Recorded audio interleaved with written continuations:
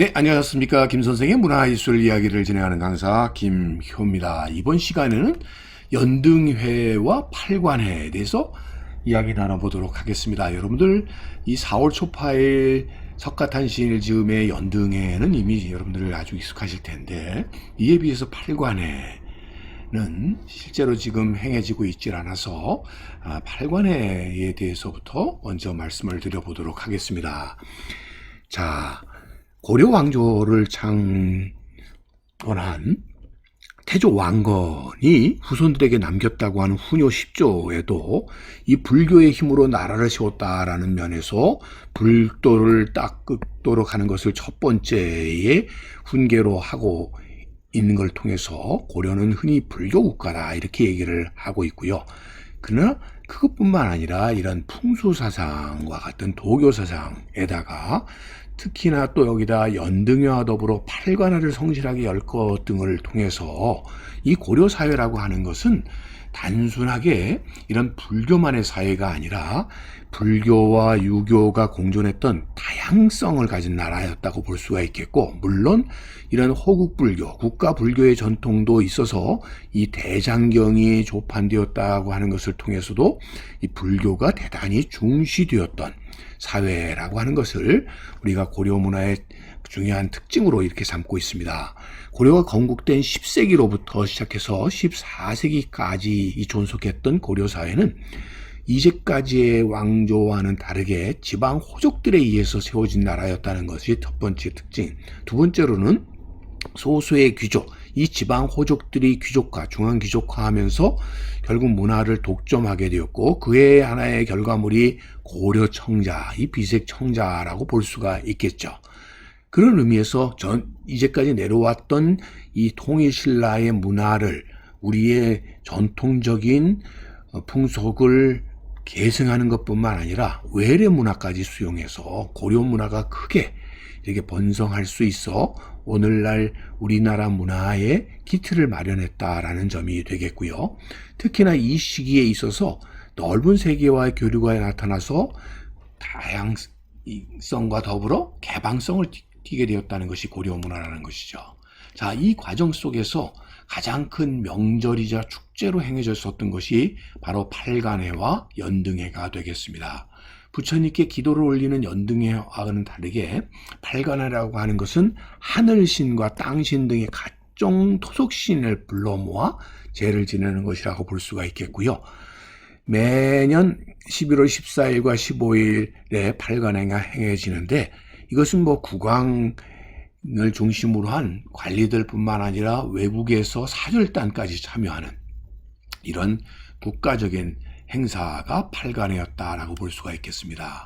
자, 10세기에 이 동아시아 지역의 천하관이 나타나 하나의 특색이라고 볼 수 있는 것은 베트남이나 우전국에서도 천자를 자처하는 일들이 나타나게 되었다는 것이죠.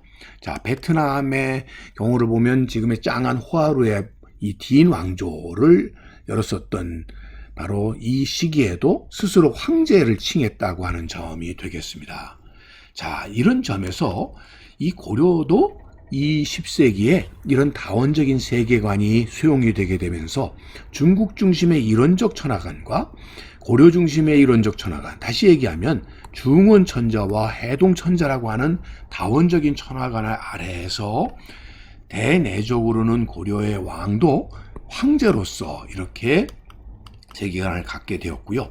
이 팔관회라고 하는 것 자체가 하나의 제천 행사로서 하늘의 제를 지내는 행사가 시행될 수 있게 되었던 것도 결국 고려가 세상의 중심이고 고려의 왕이 천자라고 하는 의식 속에서 하늘의 제를 직접 지냈던 것으로서 이것은 마치 대한제국이 이제 황제의 나라를 선포하면서 하늘의 제를 지내기 위한 공간이라고 할 수 있는 황궁과 더불어 이런 환구단이라고 하는 이런 하늘은 둥글다고 하는 원형의 공간을 만듦으로써 하늘의 제를 지내고 대한제국을 선포했던 것과 그 궤를 같이 한다고 볼 수가 있겠습니다. 자, 그런 의미에서 이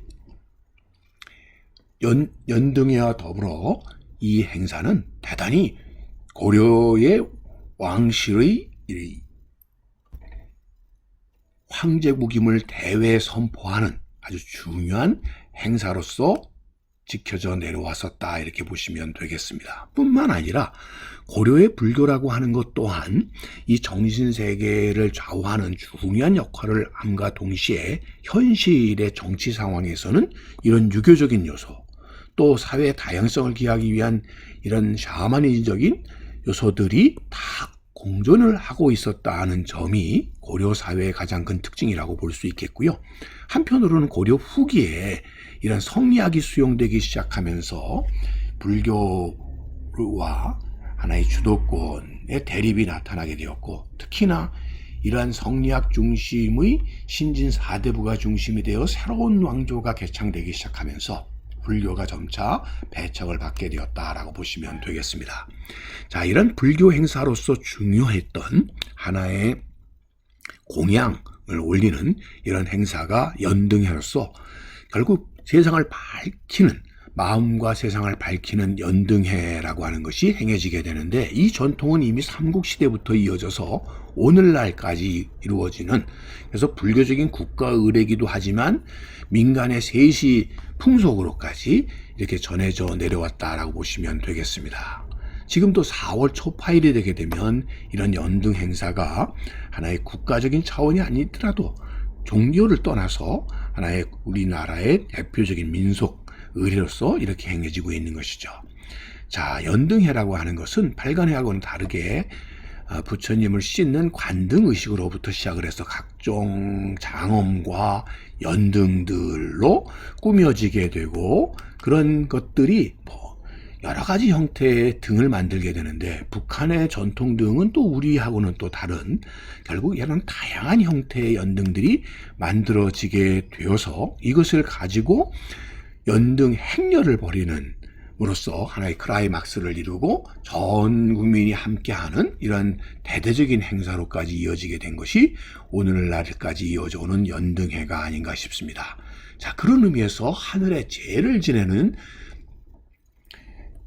행사와 더불어 이 연등회라고 하는 것은 고려사회뿐만 아니라 우리나라의 중요한 문화유산으로 전해져 내려왔기 때문에 유네스코 인류문화무형유산으로 이렇게 등재될 수 있게 되었다라고 보시면 되겠습니다. 오늘은 이 팔관회와 연등회에 대해서 꽃밭을 가꾸는 김 선생이 전해드렸습니다.